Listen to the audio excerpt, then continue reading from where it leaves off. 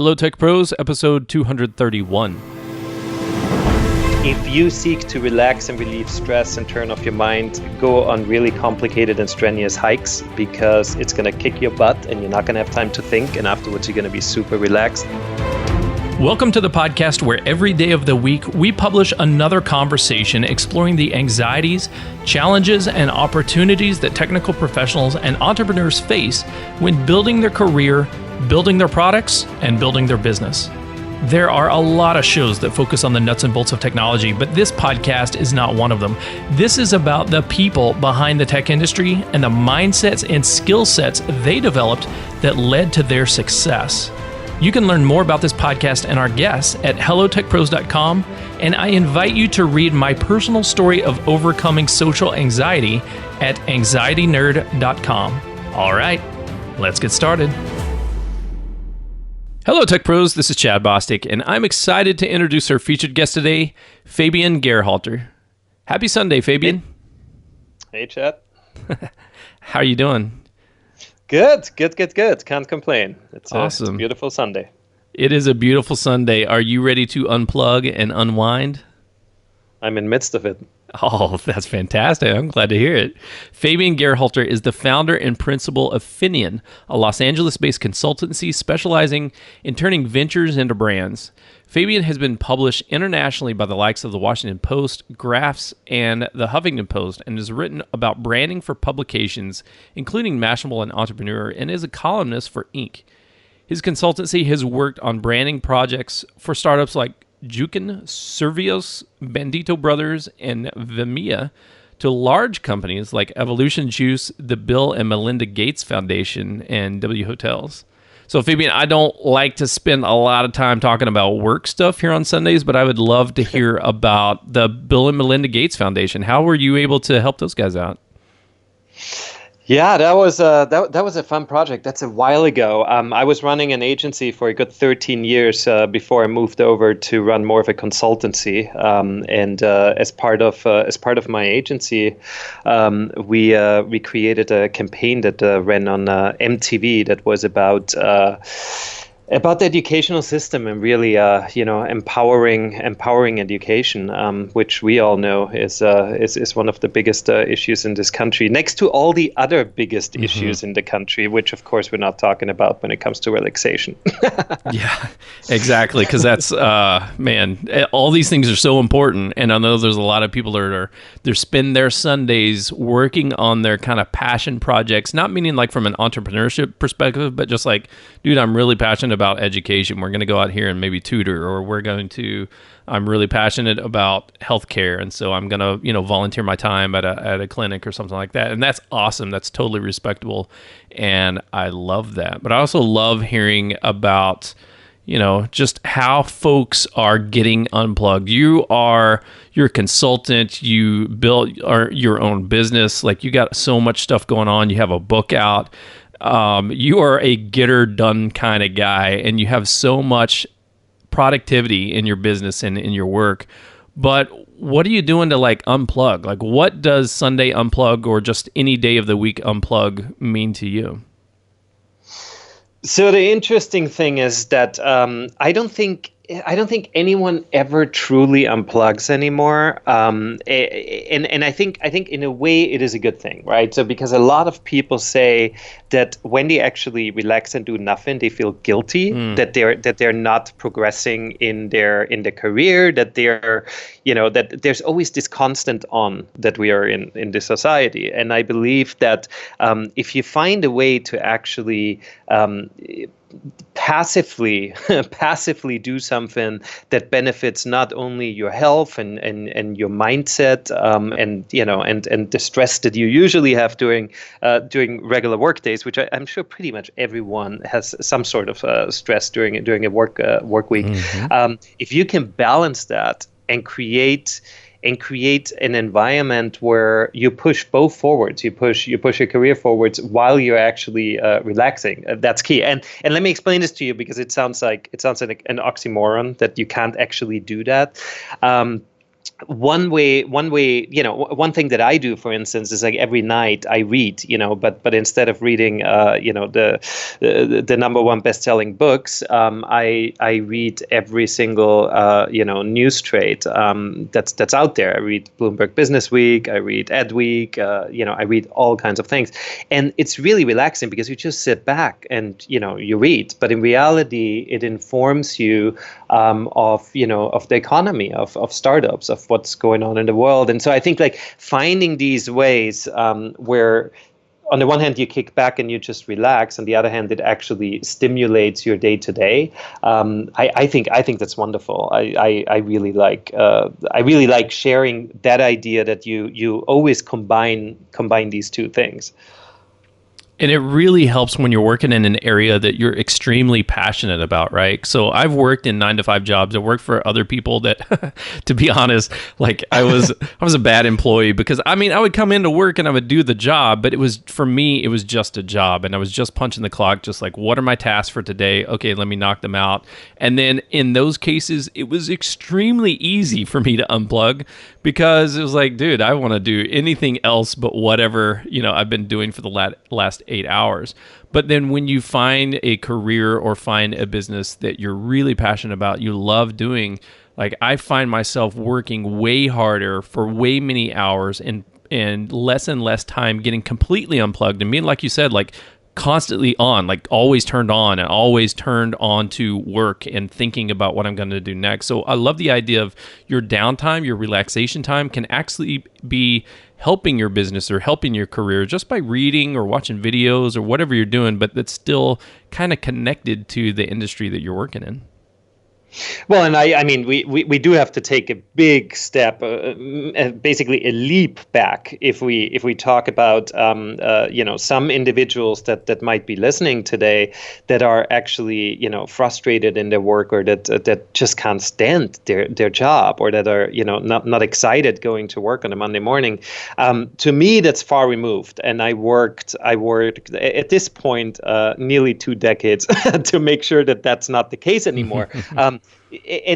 And that means that, like you said, you work harder, but you enjoy what you're doing. So I think if you really don't need to relax if you have a job that is not fun and you're just sitting there not really contributing much and you're just looking at the clock waiting for 5 o'clock to come around. There's no need for you to actually listen to the podcast thinking about how can I find work-life balance and how can I relax. I do believe that a lot of people that listen to this podcast, and you know this much better than I do, are entrepreneurially minded, or they have this passion project, or they spend most of the time doing something that even if it's not their number one passion, they at least find enough interest in so that they would dedicate more time to that subject matter outside of work. I hope. If not, you got to flip it around. You got to start there. Absolutely agree. I've talked to many of my listeners, both in our Slack channel as well as just in real life, like in meetup groups, or people that I've met and talked to on Skype or on the telephone.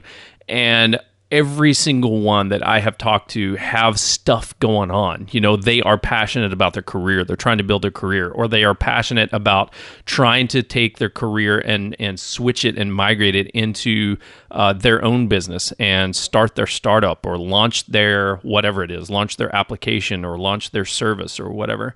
And so they're hustling, like all the audience members out there that have already listened to, let's see, almost 8 minutes worth of content so far. They are hustlers. Like you guys out there that are listening to this, you are the people who get it done, and you want to constantly like increase your career, increase your business, go.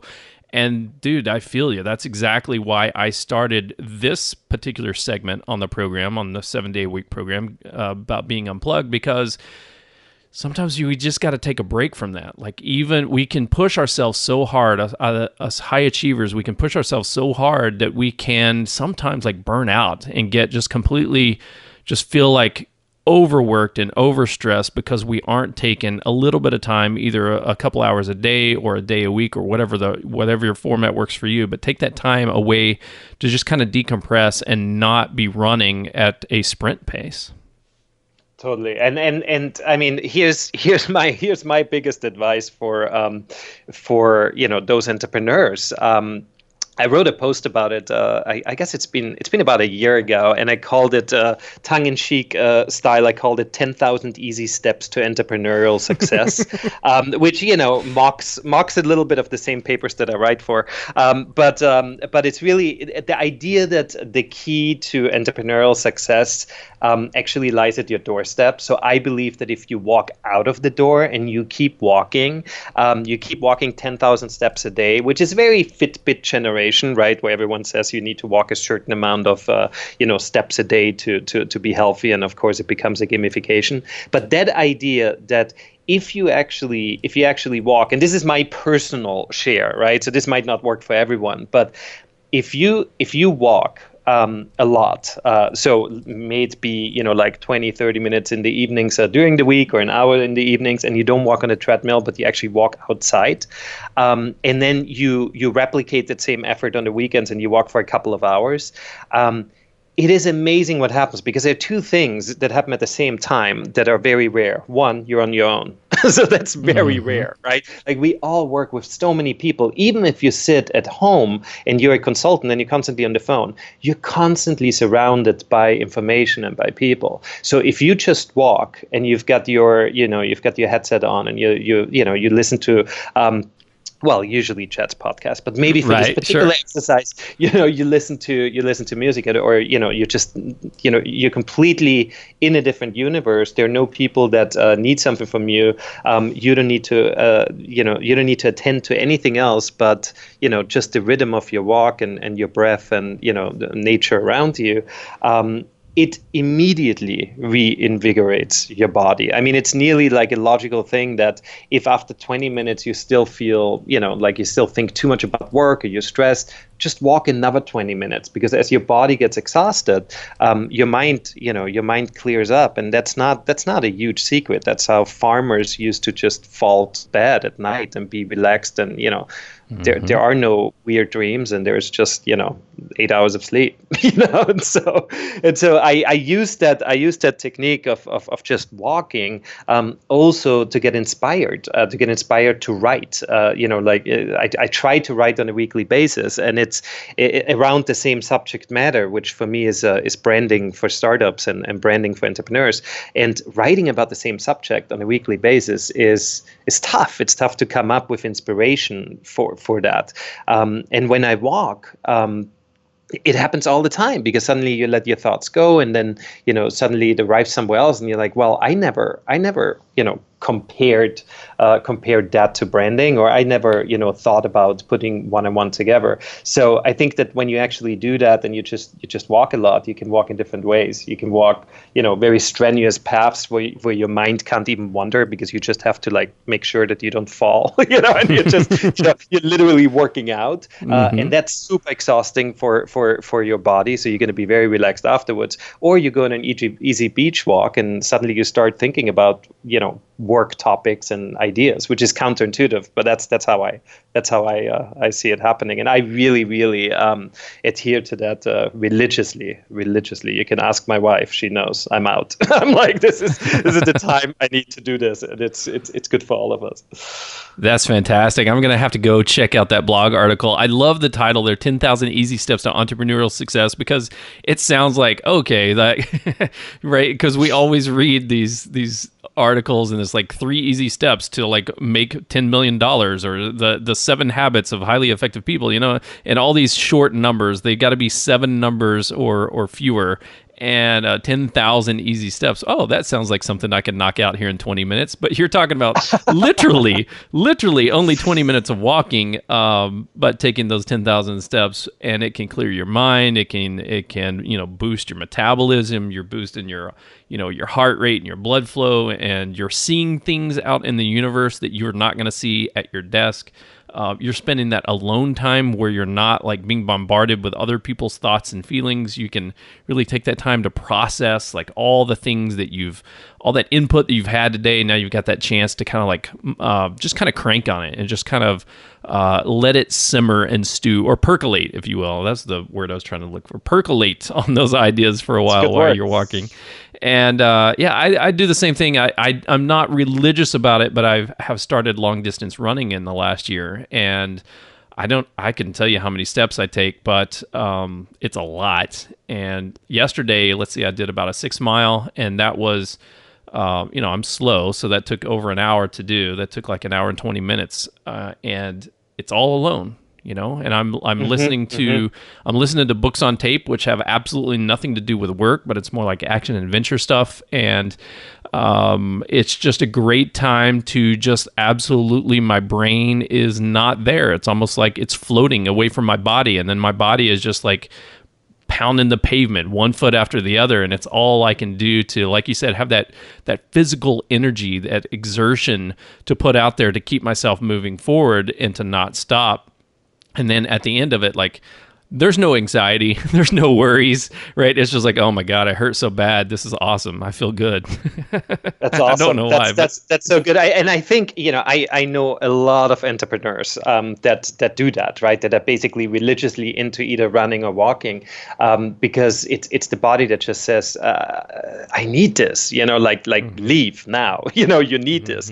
And so even if it might be, stress or anxiety driven, in the end, you're actually, it's human instinct that you just have to have that body-mind balance. And something in my eyes amazing happens when I come back from those 2-hour walks or your hour and a half run. I come back and suddenly everything perfectly prioritizes. Like, I don't have these lists anymore, 15 things out of which 8 might not be that important, and they just drag on from week to week and never get done, and they just kind of like are that burden on your shoulders. Yeah. But suddenly you come back and you're like, shoot, I really need to start writing this book, and the rest isn't important. Or shoot, I really need to spend time with, like my major client and forget about all the other stuff, or whatever it is in your life. I think that prioritization, that cleansing, in a positive way that happens. It's like the spa for entrepreneurs, right? we just need to sweat a little bit, like we do during the day with our work. We need to do it, on the streets. I think it's good.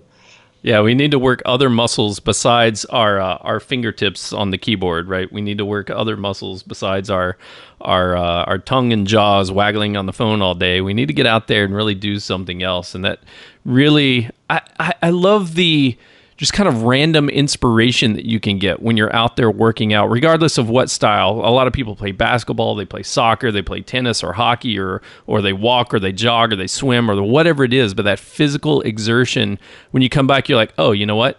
This is the thing I do want to do. Where does that come from? Where do you think that comes from for you?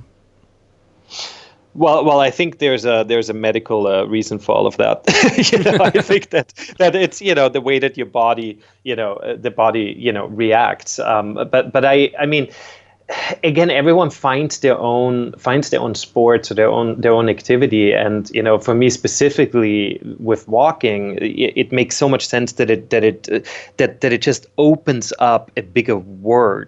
A bigger world, right? And bigger words too, but a bigger world, because you're actually seeing nature, and you're out there, and you start realizing, like all of these things are actually not that important, and here's what really is important.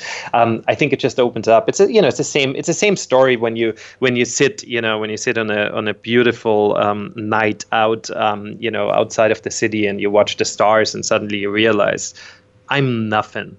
I am absolutely nothing, and I better do something that's lasting and that's important and what really matters in life. I'm sure we all have these nights, like maybe 1-2 times a year, and some who are lucky have them on a more ongoing basis. But you just kind of have time to go inside, because the outside is so big, and you're like, wow. And so that's why for me, walking, even if it's in the city, you just walk to different areas you've never been to, and you walk and you see different people and different lives and different shops and different ways of living. I think it's important when I speak in different cities. and I fly in and I only have a day to spend there because I'm just flying out right next morning, I usually just walk. Like I try to know where the bad areas are that I should avoid. But otherwise, I literally just walk for hours through the city, and then in the end, take an Uber or a Lyft, or not to mention any brands, but to use a car sharing or a cab service to go back to my hotel. And I tell you, it's the best way to see a city while also completely relaxing from a flight. Man, that's awesome. I love that. So you go to a new town, you don't know where you're going, you try to avoid the ruffians, right? But other than that, you're just walking and exploring and going as far as your legs can take you. And then after that, you're like, all right, now instead of like looking for a ride to take you somewhere, like I'm going to Google a restaurant and then go to that restaurant, or I'm going to find a club and go to that club. No, you're just walking and you're exploring, and then you have the car pick you up and take you back to the hotel at the end of it. I honestly haven't tried that. I think I've tried just like going on small walks for maybe as far as a mile or so, but not like long distance stuff where I'm like on the complete other end of town. Like I'll go as long as I can still see my hotel, I can get back to it. I'm comfortable doing that. But that sounds like a very interesting test. I'm going to have to try out pretty soon. Try it, because with Google Maps, it's the easiest thing, right? You always know where you are, So the idea of having to look back at the hotel, it might ease your nerves, but it's not as necessary anymore. Awesome, Fabian. In just a moment, I want to ask you about. I don't know. I'm not going to ask you about anything. We're just going to continue this conversation. But first, we're going to take a quick break and thank our sponsors. Is your website ugly? I mean, really ugly? Did your website fall out of the ugly source code repo and hit every branch on the way down? Is your website so ugly that Apple won't display it in Safari due to their human interface guidelines? Is your website so ugly that your CSS has no style? Is your website so ugly that even your mama won't bookmark it? I know a lot about ugly websites because, sadly, I've been building them my entire career. I've always made excuses like, it should be the functionality over the design. But what I should have been saying all along is, look, I'm colorblind, I'm style challenged, and I have no business building web front ends whatsoever.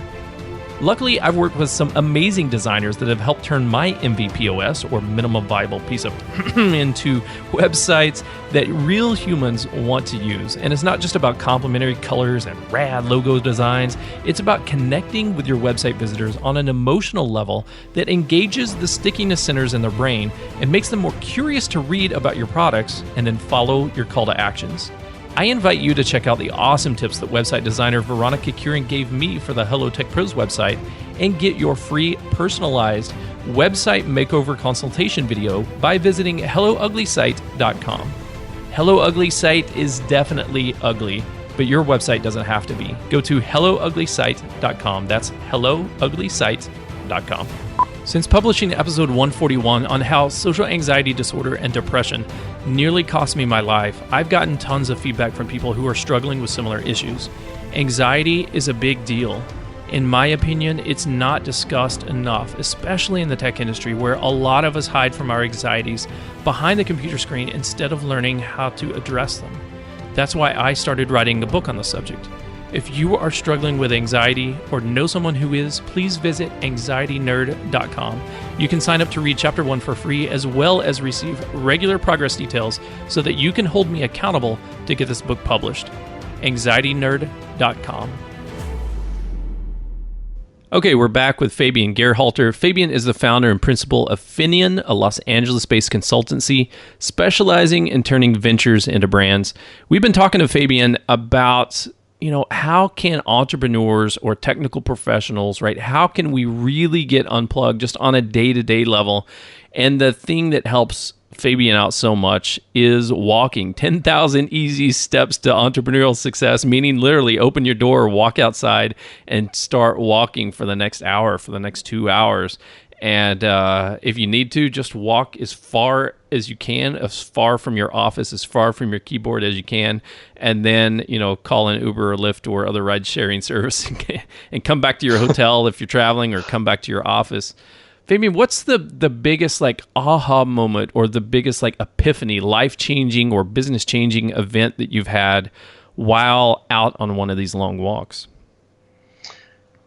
Wow, it's I think it's not so much that one big epiphany. I think it's a lot of small ones that just accumulate and then make a big life change. One of my biggest changes in my life was a couple of years ago, where I was running a design agency, a branding agency that was very successful to the outside world, but to me personally, I felt like it kind of it's at a place where I don't get as much joy out of it as I used to. And you've got all the running accounts, you make payroll, you've got, all these retainers, and you just, keep plugging away, and it wasn't as creative and as inspiring as it used to.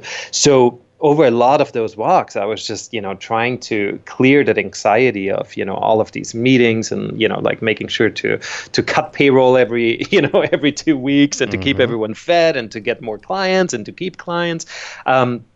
And sometimes during those, I must have decided that the only way to create complete change is to actually basically close the shop from one day to another and write an email to all of my clients saying, here are other great agencies in Los Angeles, and use those. And it was a huge decision, right? I mean, it's like, writing a client saying, please leave your $20,000 a month, leave it to someone else because I'm going to start anew.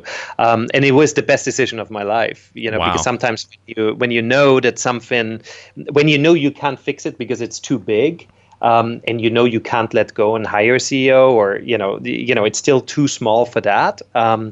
It was a fantastic choice for me. It was a really difficult one. I put a lot of money into changing the agency into a consultancy, and turning myself into what they call a thought leader in my industry, and writing the book, and moving the office to a new city. And literally, it was every single change you could possibly do. In your profession, that you just yourself drive and say, I need to do this for myself. So yeah, I mean, that was a pretty profound change, and it was huge, and it was crazy, and it ended up being crazy good. And you don't get that when you're in front of your computer, and then you drive home, and then you wake up and you go back to the office. You need to get out and really put everything in perspective. Man, that is a huge change. I mean, I have implemented a few of those things. I moved across town. I started as an employee at a new company, and then a few months later, I started my own business. But that was driven by the fact that I had an external forces on me, right? I had 3 layoffs from 3 different companies in 3 different industries in 11 and a half month period. And so it was like, wow, okay, the energy sector, well, that just tanked after 13 years. And then video game company, unfortunately, I got on 5 weeks before they shut down the entire division, shut down the entire office. And then sports entertainment company, that was a lot of fun until all the scandals hit the news about, is this gambling? What is this? There's no regulation here and whatnot. And it's like, okay, well, that was short-lived. And so, hey, you know what? I'm going to get out on my own and do my own thing. So there was a lot of changes in that, but it was caused by external. But it's fascinating to me that internally you were like, you know what? I've built this company, and by other people's measurements, I am successful. Like, I have built up all these clients. I've got a lot of big names. I'm doing a lot of great work, and it sucks. And I want to shut it down. And by golly, I'm going to shut it down because that's the best thing for me. How did that make you feel whenever you came to that decision? Well, in the beginning, it didn't really ease my anxiety. In the beginning, it just added to it. It's like, oh my God. I can imagine. I mean, you've got, I don't know, at that point, I think I had maybe only 6 people on payroll, but still, I mean, you've got people with families on payroll, and, just because of your own decision, you're going to affect their lives. So I had to make that change in a very, empathetic way where, I ensure that people are, set, or at least they're taking the right steps at the right time, and, and I help them out, and I give them work, on a freelance base afterwards. And, so I had to have that all covered. And then for myself, I basically had to say, am I willing to take my savings, or, the maturity of it, and put it into a completely crazy venture that caters to startup entrepreneurs who don't have money to spend on branding, and have a consultancy that is only doing that, for a clientele that is known to not have a budget, and let all your Fortune 500 clients go. It was a big thing, but because I so intrinsically believe that that's what I'm passionate about, and that's where I can give the most, and that working with startups on building the brands is what will ignite my excitement and keep my brain going, even when I'm 60 years old, because it really is my passion. I feel like that is a move you got to do. There's nothing else that stops you. I mean, you might not financially, be as well off, which, by the way, was exactly the opposite. Exactly the opposite. Yeah. So instead of leading my agency, running a consultancy now, my salary increased multifold. And so it's all of these things that you just don't believe when you start doing it, but then in the end, it makes a lot of sense, because there are 50,000 agencies, but there are only a few consultancies that are deeply, specialized in one thing.